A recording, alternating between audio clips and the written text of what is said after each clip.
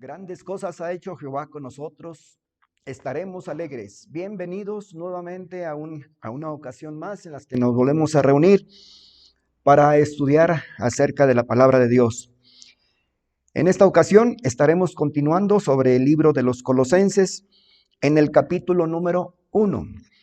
Estaremos considerando del versículo 24 hasta el versículo 29.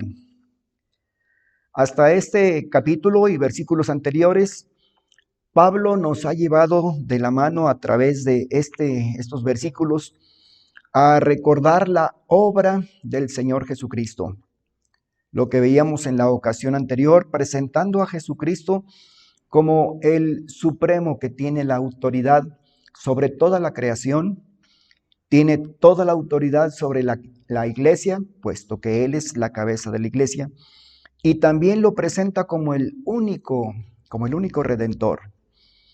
Recordemos que esta iglesia de Colosas estaba pasando por situaciones difíciles y el apóstol Pablo está escribiendo a ellos exhortación de la palabra de Dios con relación a todas las doctrinas con las que ellos habían sido atacados, lo que estaban viviendo los hermanos allá en Colosas.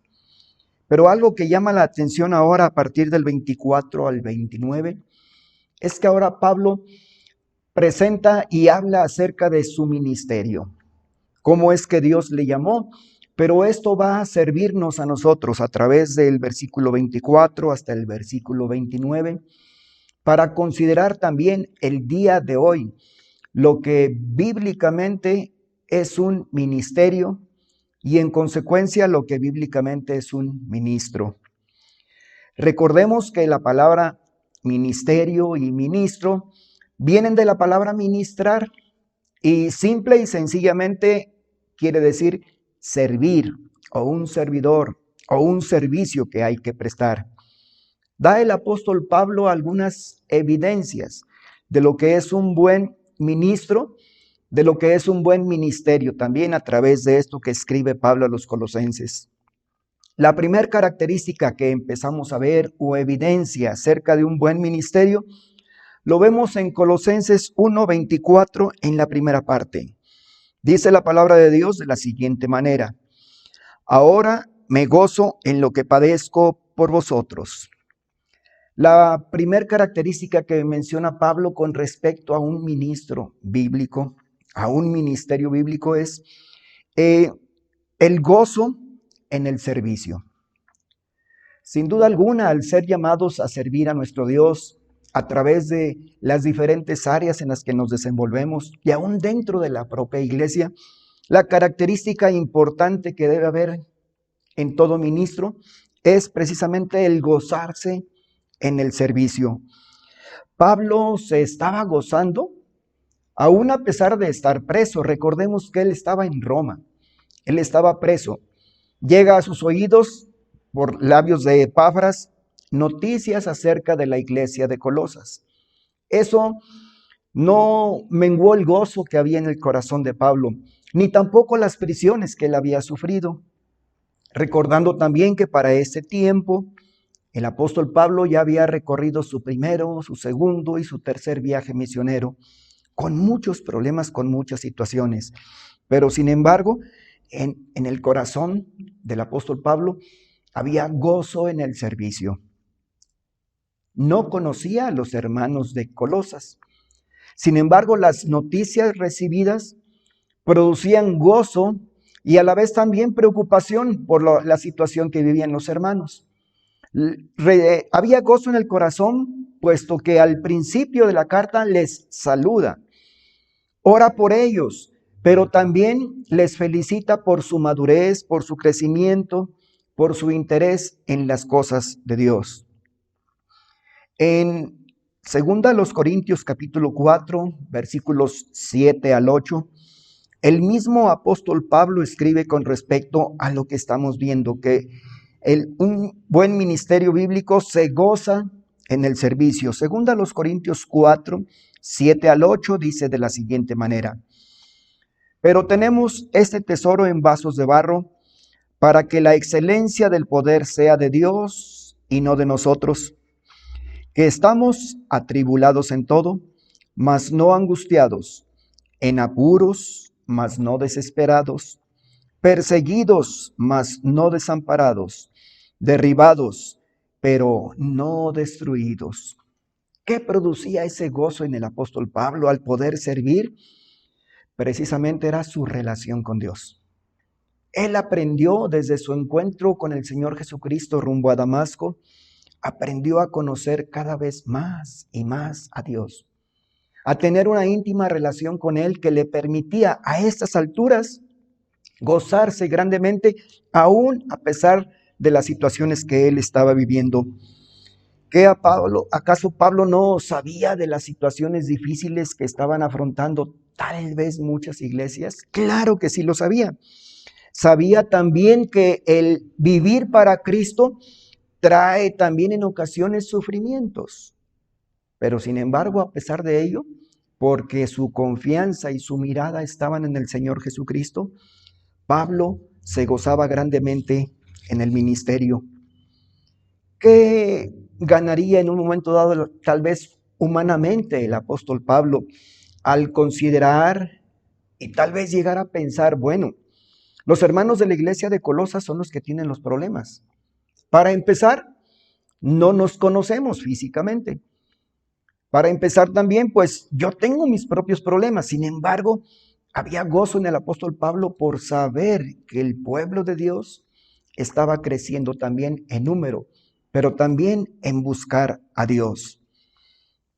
En Hechos capítulo 12, versículos del 1 al 3, dice la palabra de Dios de la siguiente manera: por tanto, nosotros también, teniendo en derredor nuestro tan grande nube de testigos, despojémonos de todo presto y fiel. Dice, despojémonos de todo peso y del pecado que nos asedia y corramos con paciencia la carrera que tenemos por delante. Puestos los ojos en Jesús, el autor y consumador de la fe, el cual por el gozo puesto delante de él, sufrió la cruz, menospreciando el oprobio, y se sentó a la diestra del trono de Dios. Considerad a aquel que sufrió tal contradicción de pecadores contra sí mismo, para que vuestro ánimo no se canse hasta desmayar. Sin duda alguna, esa es la característica que reinaba en la vida del apóstol Pablo: buscar cada día parecerse al Señor Jesucristo. Pero no solamente esta porción de la palabra nos habla acerca del gozo en el servicio. Ahí mismo en Colosenses capítulo 24, la segunda parte, la primera dice: ahora me gozo en lo que padezco por vosotros y cumplo en mi carne lo que falta de las aflicciones de Cristo por su cuerpo, que es la iglesia. Cuando leemos de manera corrida este pasaje, tal vez pensemos, o la primera idea que salta a nuestra mente es que Pablo estaba tratando de decir que a lo mejor le faltaba algo a la obra del Señor Jesucristo. Y por eso Pablo con sus sufrimientos buscaba completar, porque dice la segunda parte: y cumplo en mi carne lo que falta de las aflicciones de Cristo. ¿Acaso estaría haciendo falta algo a la obra del Señor Jesucristo? Pero versículos anteriores el apóstol Pablo hace referencia a Jesús como el Redentor, hace referencia a Él como el que nos reconcilia delante del Padre. Y para ello no hace mención directamente del sufrimiento, sino se enfoca propiamente en la obra redentora del Señor Jesucristo. Pablo aquí de lo que se está refiriendo no está hablando nada que ver con la salvación. La obra del Señor Jesucristo realizada en la cruz del Calvario es una obra total, completa, plena, que no le falta, no le sobra absolutamente nada. Diseñada propiamente por el Padre desde antes de la fundación del mundo. Sin embargo, de lo que Pablo se está refiriendo es precisamente a identificarse con Cristo. Porque desde un principio que el Señor Jesucristo inicia humanamente su ministerio sobre la tierra, empezó a haber una serie de problemas y situaciones que él enfrentaba donde había mucha oposición, mucha persecución, que continuó también aun cuando el Señor Jesucristo, después de ser crucificado, de haber muerto, de haber sido sepultado y de haber resucitado al tercer día, asciende a los cielos, pero esa situación continúa hasta el día de hoy. ¿Por qué razón? Porque el cuerpo de Cristo, que es la iglesia, permanecemos aquí en la tierra. Y hay aflicciones, y Pablo se enfoca en hablar que él dice, y cumplo en mi carne lo que falta de las aflicciones de Cristo por su cuerpo, que es la iglesia. Sin duda alguna, el sentir del apóstol Pablo lo escribe después, haya pues en vosotros este mismo sentir que hubo en el Señor Jesucristo. Ese mismo sentir lo estaba aprendiendo el apóstol Pablo, a sentir aflicción, a sentir lo que estaba pasando en el cuerpo de Cristo. No conocía ciertamente a los hermanos de Colosas, pero se identificaba con ellos. Y esta es una de las características importantes también de un ministerio y de un buen ministro bíblicamente. No solamente se goza en el servicio, sino que también está consciente de sufrir las aflicciones de Cristo por su iglesia. En nuestra congregación, en Berea, tanto local como en los diferentes lugares donde hay representación de nuestra iglesia, hay un grupo a través de las redes sociales donde hay la manera de podernos comunicar. Y ahí expresamos o podemos escuchar o podemos leer acerca de peticiones que hay en el corazón de nuestros hermanos. Hay algunos que no les conocemos físicamente. Sabemos que forman parte del pueblo de Dios por la labor que Dios está realizando a través de las familias de nuestros misioneros en los diferentes lugares. Pero el hecho de no conocerles físicamente no quiere decir que no podemos identificarnos, al igual que el apóstol Pablo, con sus sufrimientos, puesto que formamos el cuerpo de Cristo. Y definitivamente podemos o identificarnos como cuerpo de Cristo o permanecer de una manera que no nos lastime, o permanecer de una manera que no nos interese la situación que está viviendo el pueblo de Dios en otros lugares. El apóstol Pablo, desde que fue su encuentro con el Señor Jesucristo, las palabras que Dios tenía para con él a través de Ananías hablan acerca precisamente de este sufrimiento del que ahora hace mención Pablo muchos años después, cuando lo menciona la carta a los Colosenses. En Hechos capítulo número 9, narra la palabra de Dios el encuentro personal que Pablo tuvo con el Señor Jesucristo camino a Damasco. Dentro de aquellos acontecimientos que en el capítulo 9 de Hechos se narran, llegando al versículo 15 y al versículo 16, encontramos ya a Saulo de Tarso dentro de la ciudad de Damasco. Ya tenía varios días que había permanecido ciego, y Dios, habiendo preparado a otro profeta para que fuera a hablar con él, a un profeta llamado Ananías, Dios le indica a Ananías que vaya, que busque a Saulo de Tarso para que ore por él y recobre la vista. Tal parece que Ananías de momento recuerda, o tal vez a manera de miedo en su corazón, porque sí existía miedo en él. Señor, pero tú sabes quién es Saulo de Tarso. Tú sabes que él persigue de una manera acérrima a la iglesia. Sin embargo, el Señor le dice en Hechos 9, 15 y 16. El Señor le dijo, ve, porque instrumento escogido me es este, para llevar mi nombre en presencia de los gentiles y de reyes y de los hijos de Israel, porque yo le mostraré cuánto le es necesario padecer por mi nombre. Esta era una de las características que iba a haber también en la vida del apóstol Pablo y sin duda alguna también en la vida de cada creyente. en la vida de cada seguidor del Señor Jesucristo, en la vida de cada miembro del cuerpo de Cristo. Por eso es que bíblicamente podemos darnos cuenta que no solamente en la época del apóstol Pablo, en la época cuando la iglesia de Colosas había sido atacada por ideas extrañas, doctrinas contrarias al evangelio, sino también el día de hoy encontramos algo semejante.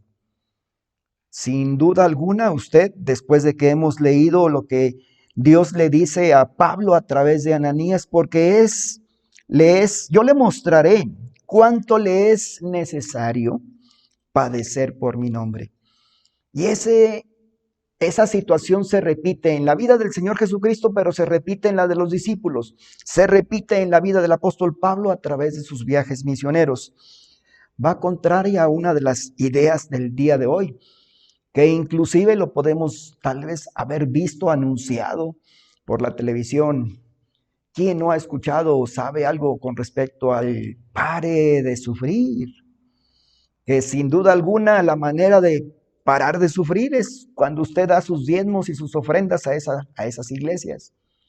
Y si está sufriendo, le dicen, es porque o está en pecado o le falta fe para poder vivir correctamente.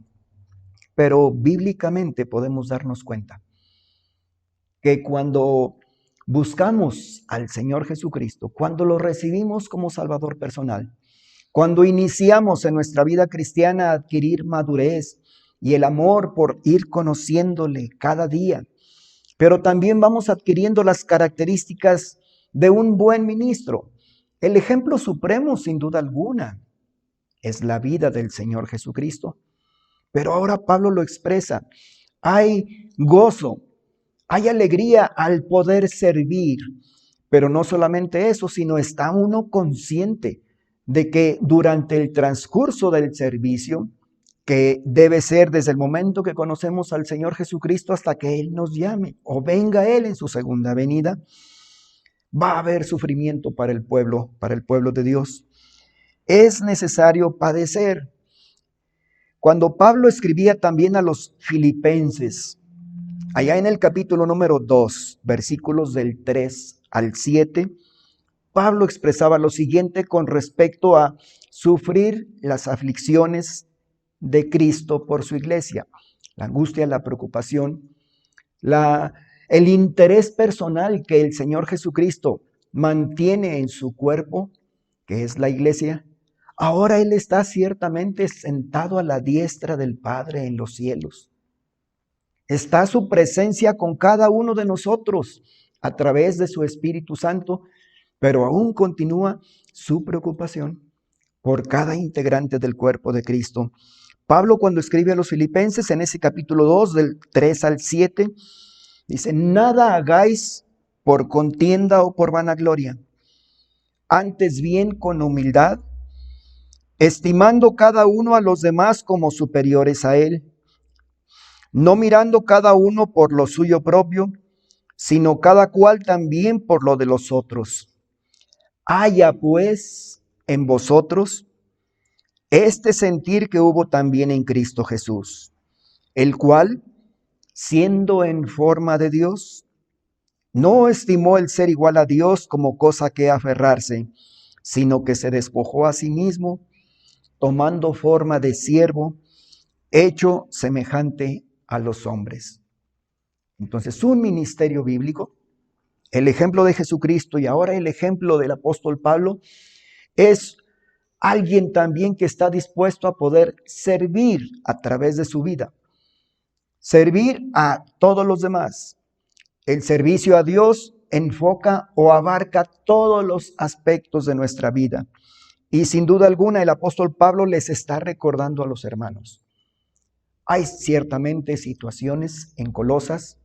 Hermanos, ciertamente por noticias de Epafras escucho que están siendo atacados por doctrinas extrañas, pero no pierdan su enfoque. No se enreden con las enseñanzas ajenas al evangelio que están recibiendo. De labios de Epafras han estado recibiendo mensaje, verdad, el evangelio mismo que Epafras había recibido. Continúen ustedes creciendo y conociendo cada vez más al Señor Jesucristo y darnos cuenta que el querer conocer a Dios es conocerlo a través de la persona misma del Señor Jesucristo y no desenfocarnos de la tarea que tenemos. Cuando Dios nos llama a servirle. Pero para que un buen ministro y un buen ministerio sea bíblico, pueda ser de acuerdo a la voluntad de Dios, definitivamente tiene que tener esas características, tiene que tener esas evidencias, que se goza en el servicio, que también es consciente de sufrir, porque así va a ser, va a haber sufrimiento. En 2 Corintios, capítulo 1, el verso 5, menciona el apóstol Pablo: porque de la manera que abundan en nosotros las aflicciones de Cristo, así abunda también por el mismo Cristo nuestra consolación. Y esa es la bendita también esperanza que tenemos. Hay tribulación, hay sufrimientos, pero la grande bendición es que a través de la persona misma del Señor Jesucristo, también tenemos a nuestra disposición la consolación dentro de esas situaciones difíciles. Un tercer aspecto o una tercera evidencia con respecto a un ministerio bíblico lo encontramos en Colosenses 1:25. Dice la palabra de Dios: de la cual fui hecho ministro según la administración de Dios, que me fue dada para con vosotros, para que anuncie cumplidamente la palabra de Dios. Y esta es la tercera característica: anunciar cumplidamente la palabra de Dios. Es importante que el mensaje del Evangelio sea transmitido de la manera correcta y completa. Para ello necesitamos conocerlo. El Evangelio debe anunciarse de una manera cumplida. Y el apóstol Pablo lo estaba realizando de esa manera. En Hechos capítulo 20, del versículo 24 al 27, dice la palabra de Dios: pero de ninguna cosa hago caso, ni estimo preciosa mi vida para mí mismo, con tal que acabe mi carrera con gozo y el ministerio que recibí del Señor Jesús, para dar testimonio del Evangelio de la gracia de Dios. Y ahora, he aquí, yo sé que ninguno de todos vosotros, entre quienes he pasado predicando el Evangelio de Dios, verá más mi rostro. Está haciendo referencia el apóstol Pablo a su viaje de regreso rumbo a Jerusalén, donde viene ya despidiéndose de las congregaciones, porque él sabe que llegando a Jerusalén, él ya no va a regresar a volver a ver a los hermanos. Él de ahí iba a partir preso rumbo a Roma. Y continúa diciendo: por tanto, yo os protesto en el día de hoy, que estoy limpio de la sangre de todos, porque no he rehuido anunciaros todo el consejo de Dios. Lo que Pablo había recibido, así lo había transmitido también. La característica del ministerio de él era que anunciaba cumplidamente la palabra de Dios por donde quiera que Dios le llevaba, por donde quiera que Dios le abría puertas. El apóstol Pablo aprovechaba. Lo hacía con gozo, consciente de que había tribulaciones, consciente que era necesario también, como fiel ministro del Señor Jesucristo, identificarse en las aflicciones con el pueblo de Dios.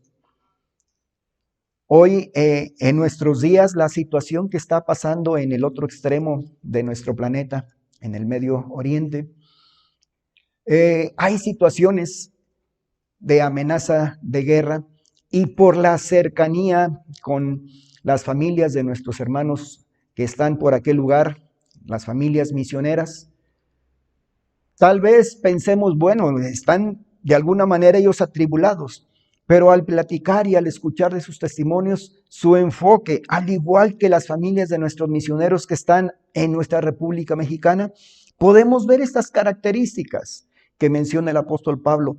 Cuando uno platica con ellos, los ve uno con gozo cuando están sirviendo al Señor, conscientes de que hay oposición, de que una vez que el pueblo de Dios empieza a alabar y glorificar el nombre de Dios, y Dios empieza a añadir a la iglesia los que han de ser salvos, hay aflicciones. Algunos de ellos han sido corridos literalmente de las poblaciones, que no les permiten entrar porque está prohibido en sus localidades hablar del evangelio. Y esta persecución, muy conscientes nuestros hermanos, aún así hay gozo en sus corazones y aún así se identifican con el pueblo que Dios ha puesto en sus manos para ministrar y continúan anunciando cumplidamente la palabra de Dios. En el Evangelio de Juan, capítulo 5, el verso 30, hablando el Señor Jesucristo respecto a su propia persona, dice: no puedo yo hacer nada por mí mismo, según oigo, así juzgo, y mi juicio es justo, porque no busco mi voluntad, sino la voluntad del que me envió, la del Padre. Y dentro de la voluntad de Dios estaba bien definido el plan redentor que el Padre le trazó al Hijo, humanamente hablando, aquí en la tierra. Toda su vida, desde su nacimiento, su crecimiento, al llegar a su madurez y al momento de iniciar su ministerio, había sido trazado por el Padre. De una manera muy fiel, el Hijo estuvo cumpliendo cada propósito, cada plan que el Padre había trazado. Hubo una ocasión que al Señor Jesucristo le buscaron coronar como rey. Y humanamente hablando podemos haber pensado, era una ocasión que tal vez el Señor no aprovechó para darse a conocer, para quedar bien o caer muy bien con su pueblo. Sin embargo, el Señor Jesucristo rehusó, porque eso no era el plan del Padre. El plan del Padre lo siguió el Señor Jesucristo y lo vemos trazado a través también de los evangelios. ¿Qué hizo el Señor Jesucristo?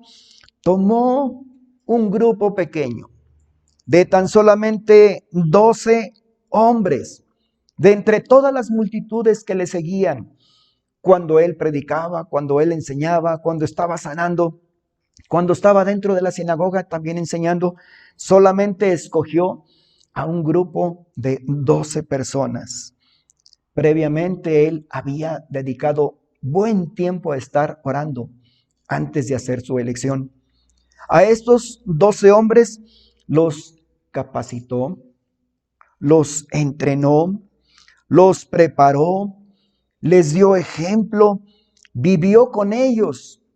En pocas palabras, los discipuló y puso sobre sus hombros también el propósito de llevar adelante el ministerio del Señor Jesucristo.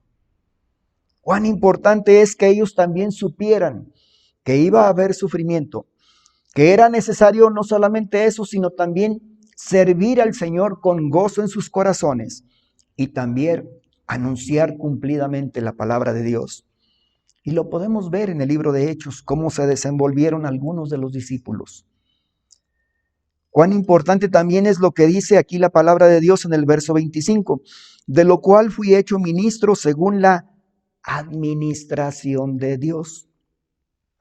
Cuando Dios nos permitía estar recibiendo por primera vez, estudiando en el Discipulado 2, y al estar viendo a través de la palabra, se nos fue enseñando acerca de los 7 que aparecen en la Biblia: 7 juicios, 7 bautismos, no queriendo decir que hay que bautizarse 7 veces, sino lo que menciona la palabra de Dios. Llegábamos también a aprender acerca de 7 dispensaciones, o administraciones, o economías. Dios es el mismo desde un principio, es el mismo de ayer, de hoy y de siempre. Su plan, la misión, lo que hay en su mente y en su corazón, no han cambiado.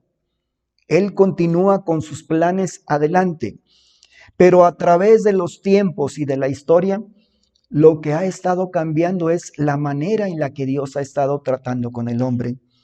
Esto lo muestran cada una de esas 7 dispensaciones.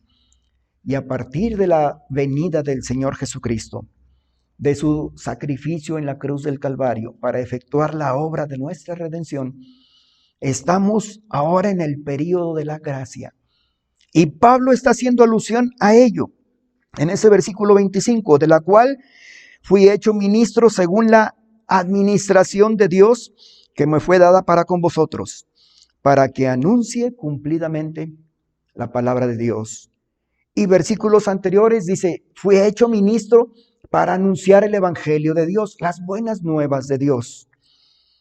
Pero no solamente ello también, sino que también a través del versículo 26 y 27, encontramos que el ministerio y el ministro, bíblicamente, deben de tener un propósito. Veamos el versículo 26 y 27 de Colosenses capítulo número 1. Dice la palabra de Dios, el misterio que había estado oculto desde los siglos y edades, pero que ahora ha sido manifestado a sus santos, a quienes Dios quiso dar a conocer las riquezas de la gloria de este misterio entre los gentiles, que es Cristo en vosotros, la esperanza de gloria. La Biblia también menciona acerca de 7 misterios, pero no como algo místico o como algo en un momento dado súper oculto, sino el propósito de Dios cuando hablaba de estos misterios estaban en su mente, estaban en su corazón el poderlo revelar, pero todo a su debido momento.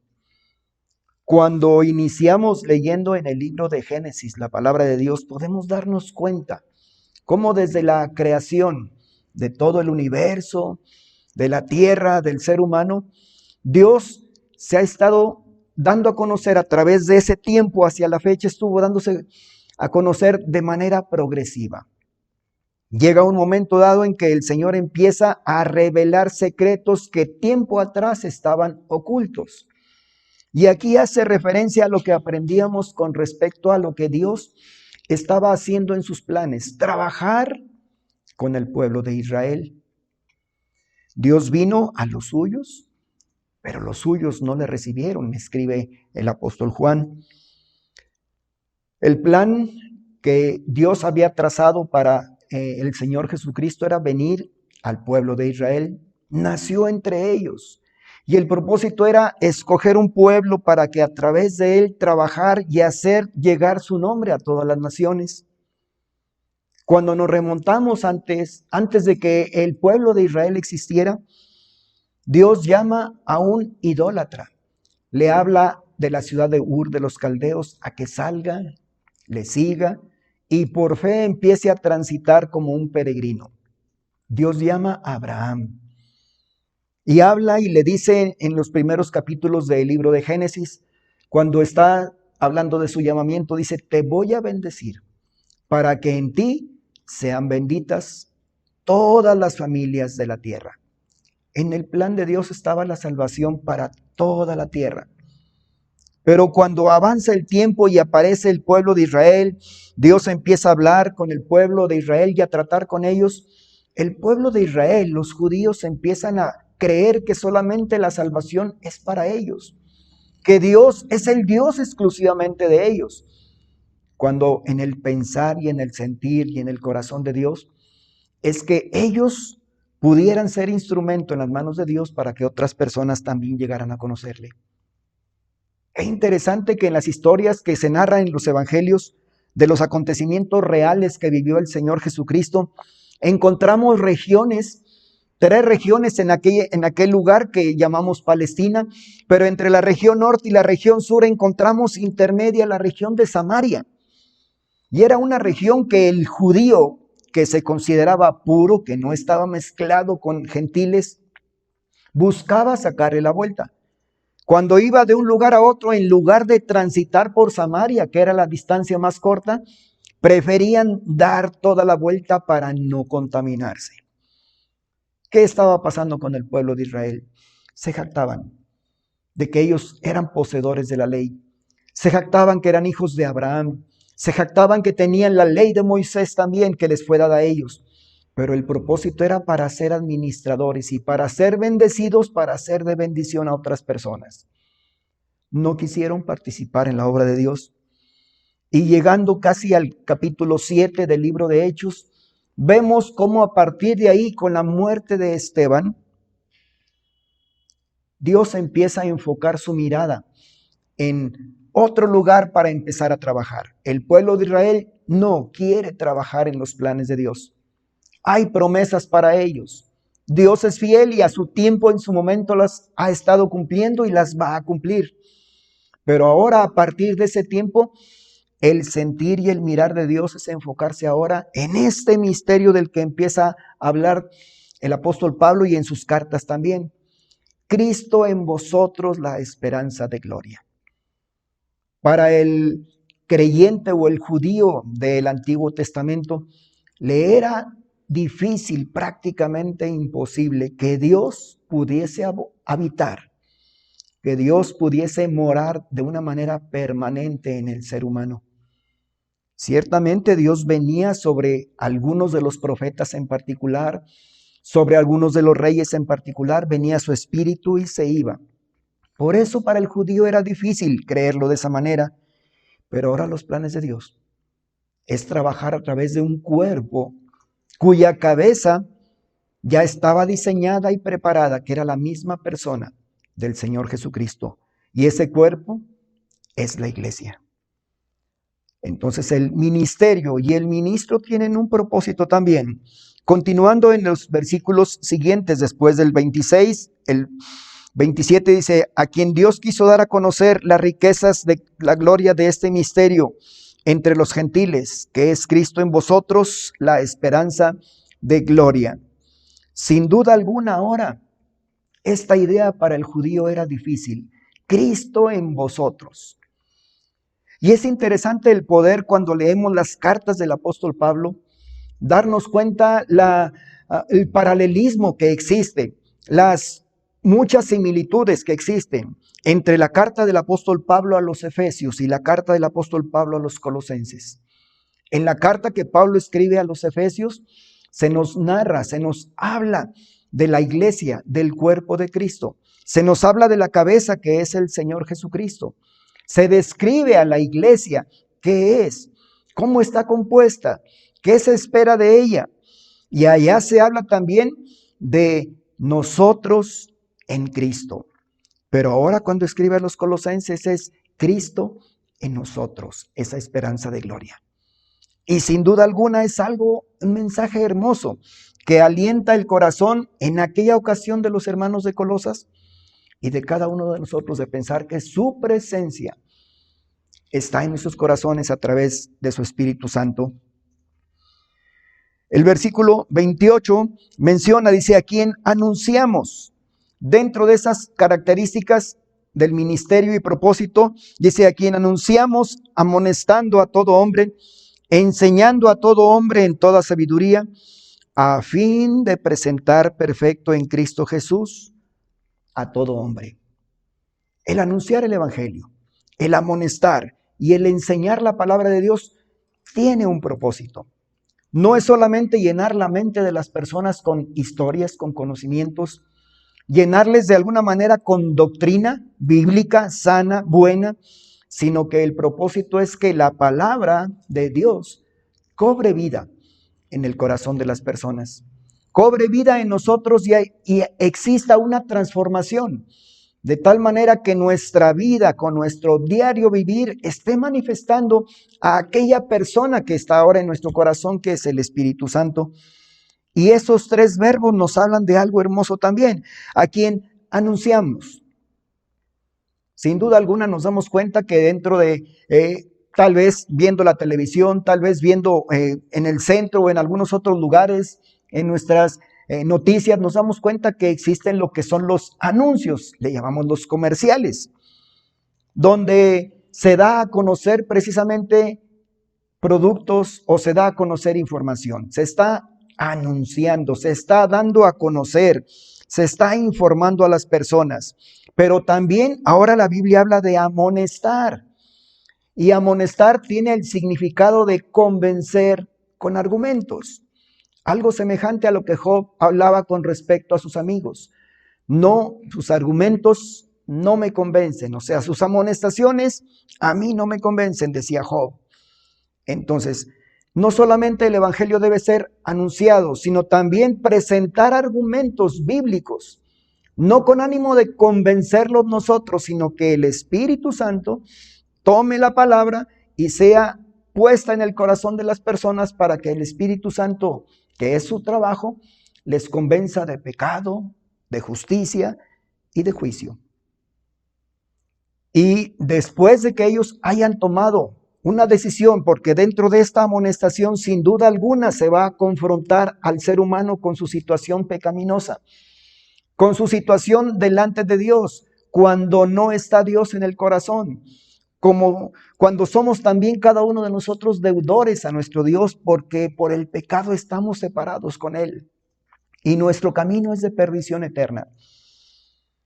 Después de anunciar el Evangelio, después de hablarle también con argumentos de amonestarles, si hay respuesta a ello también, el siguiente paso que viene es enseñarles. Cuando iniciamos el discipulado 1, aprendimos que hay filtros dentro del discipulado 1. Y al principio tal vez algunos de nosotros pensábamos, ¿para qué estos filtros? Y el primer filtro lo encontrábamos en el principio número 3, en el bautismo. Cuando terminamos el principio número 3 acerca del bautismo, y nuestro discípulo, después de haber recibido el anuncio, después de haber sido amonestado con la palabra de Dios, con argumentos bíblicos de que es necesario que nosotros manifestemos a nuestro Dios no solamente nuestro amor, sino lo mostremos a través de la obediencia. Y que el bautismo es el primer paso de obediencia y que nos pone en una posición de obediencia de ahí en adelante también al iniciar nuestro ministerio y nuestro servicio para con Dios. Somos confrontados con la palabra de Dios de esa manera, pero si el discípulo no toma la decisión de bautizarse, la indicación a través de ese filtro es tomar tiempo. Y no tanto por menospreciar a la persona, sino simple y sencillamente porque si en el primer paso de obediencia no lo quiere dar nuestro discípulo, quiere decir que todo lo que siga aprendiendo no lo va a obedecer. Y dentro de los principios que aprendemos en el discipulado bíblico, de lo que aprendemos a través de la palabra de Dios, el propósito es que su palabra sea anunciada, que seamos amonestados, y ese es uno de los motivos y razones también por lo que es muy importante el comparar la Escritura con la Escritura, porque el mismo Dios nos da los argumentos bíblicos acerca de lo que Él espera de cada uno de nosotros. Cuando respondemos en obediencia, el siguiente paso es la enseñanza. Nosotros muchas veces estancamos nuestra vida espiritual porque escuchamos anunciado el Evangelio, recibimos amonestación domingo tras domingo o día tras día porque abunda la palabra de Dios en nuestra iglesia. Gracias a Dios por ello, pero no respondemos en obediencia. Y por más que leemos, por más que escudriñamos, no hay transformación de vida en cada uno de nosotros. Y el propósito en el Evangelio no es entretenernos. El propósito cada domingo, cada que hay enseñanza, no es el entretenernos. No es el de llenar nuestra cabeza con conocimientos y tal vez sana, bíblica doctrina, sino el propósito es que Dios trate con cada uno de nosotros en nuestra propia persona y estemos viendo a la luz de la palabra de Dios, con el anuncio, con la amonestación de la palabra de Dios, cómo está nuestra vida delante de Él. Porque el propósito, dice la palabra de Dios en el versículo 28, a quien anunciamos amonestando a todo hombre y enseñando a todo hombre en toda sabiduría, porque hay un propósito, a fin de presentar perfecto en Cristo Jesús a todo hombre, a fin de presentar perfecto en Cristo Jesús a todo hombre. En 2 de Timoteo, capítulo 3, versículos 16 al 17, ahí aprendíamos el significado de perfecto. Nada tiene que ver la palabra perfecto como el mundo lo entiende o como algunas religiones lo entienden. De perfección es sinónimo de sin pecado. No, en la Biblia el significado es diferente. E inclusive fuera de la Biblia la palabra perfecto en el griego se utiliza la palabra telos. La palabra telos significa completamente equipado para un trabajo asignado. Pablo lo tenía en mente, inspirado por el Espíritu Santo. Él escribe a Timoteo en la segunda carta, el capítulo 3, 16 y 17. Si el propósito del ministerio bíblico, si el propósito del ministro cristiano también, al poder servir a Dios, es presentar perfecto a todo hombre delante del Padre, dice el apóstol Pablo en 2 Corintios 3, en 2 Timoteo 3, 16 al 17, toda la escritura es inspirada por Dios y útil para enseñar, para redarguir, para corregir, para instruir en justicia, a fin de que el hombre de Dios sea perfecto. Y la definición bíblica que aprendíamos de perfecto encaja perfectamente con la definición del griego telos, enteramente preparado para toda buena obra. Ese es el sentir. Dentro de los aspectos importantes en un ministerio bíblico, no solamente estaremos hablando, estaremos considerando que hay necesidad o es necesario gozarse en el servicio, que es necesario también estar consciente de que va a haber sufrimientos, que es necesario también que este ministerio se distinga por anunciar cumplidamente la palabra de Dios, que es necesario también que exista un propósito. No es solamente por anunciar y por decir cumplimos, sino que el propósito, como lo estaba viviendo el apóstol Pablo en su diario vivir, estar preocupado por cada persona, de tal manera que su propósito era presentarlo delante de Cristo perfecto. Y finalmente en el versículo número 29 de Colosenses 1, versículo 29, dice, para lo cual también trabajo, luchando según la potencia de Él, la cual actúa poderosamente en mí. El trabajo, el ministerio, la obra que Dios ha encargado a la iglesia, a su cuerpo que somos nosotros, no se realiza en el esfuerzo de la carne. No se realiza el que nos esforcemos nosotros de manera independiente de Dios. El trabajo se realiza con las fuerzas, con la fortaleza, con el poder, con la autoridad que el mismo Dios lo da a través de la persona del Señor Jesucristo. Pablo llegó a escribir en los Filipenses, a los hermanos de Filipenses en el capítulo 4, el verso 13, a decirles, todo lo puedo en Cristo que me fortalece. Termina Pablo hablando acerca de su ministerio de esta manera, recordando a los hermanos de Colosas. Ya he escuchado que están pasando por situaciones difíciles. Están sufriendo ataques de diferentes corrientes y vientos de doctrina. No solamente los ataques son externos, sino ahora son los ataques internos. Hay peligro.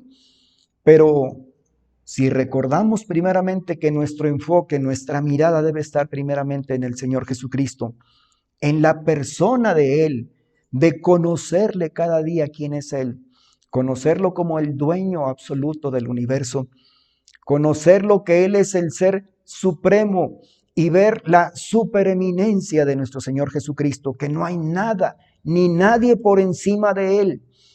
Darnos cuenta que Él es el creador y el dueño del universo, la razón misma también de la creación, que Él la sustenta, y la grande bendición de saber que todas las cosas son para Él también.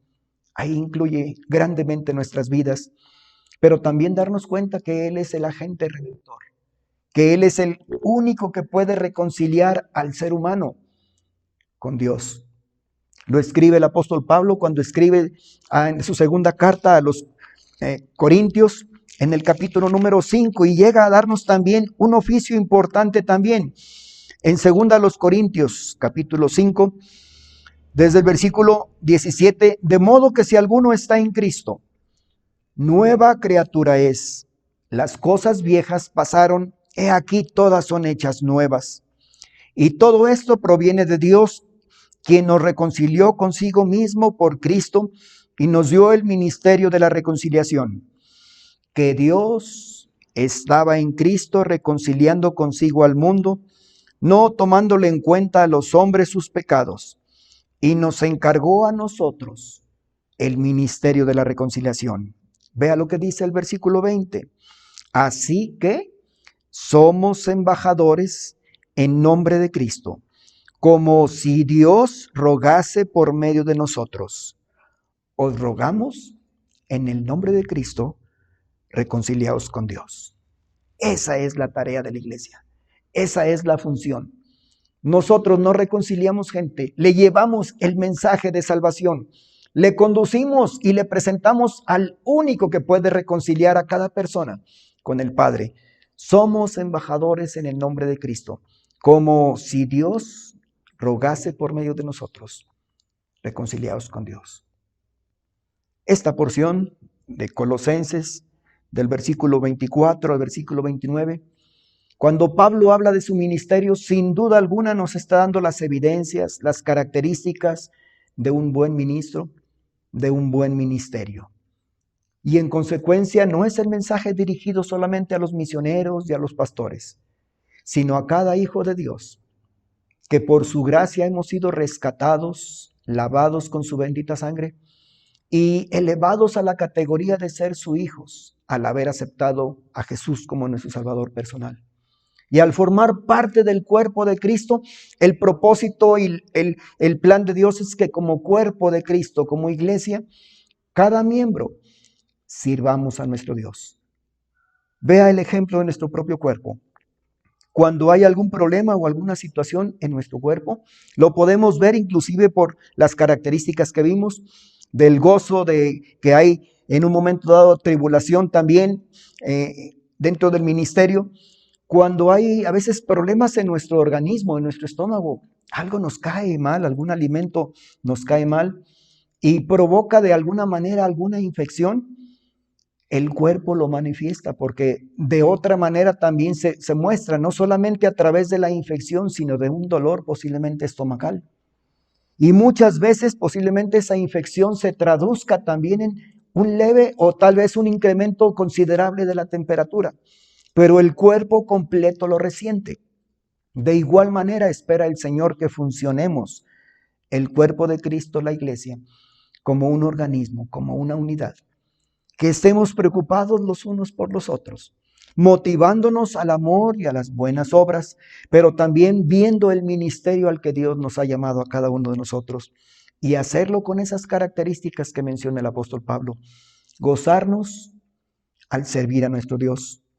Ser conscientes de que va a haber tribulación, pero también ser conscientes que si de momento en lo particular, en lo personal no estamos pasando por ese tipo de tribulación y hay algunos otros de nuestros hermanos del cuerpo de Cristo que lo están pasando, que podamos identificarnos con ellos, que podamos unirnos en oración, que podamos estar ahí para alentarles también, ser instrumento en las manos de Él para levantarles también, pero también darnos cuenta que como iglesia tenemos también el propósito de presentar fielmente la palabra de nuestro Dios, anunciarla de manera cumplida. Hay propósito también, anunciar, amonestar, enseñar, pero todo realizarlo en el poder de Dios. Gracias a Dios por su palabra. Gracias a Dios porque como cuerpo de Cristo, Él ha dispuesto todo lo necesario para poder cumplir la misión que Él ha encomendado. Que Dios nos ayude cada día, que cada vez que abramos su palabra, que la leamos, Él hable a nuestros corazones, nuestras vidas vayan creciendo, vayan madurando, pero también para poder servir cada vez mejor a nuestro Padre Celestial. Dios bendiga su palabra.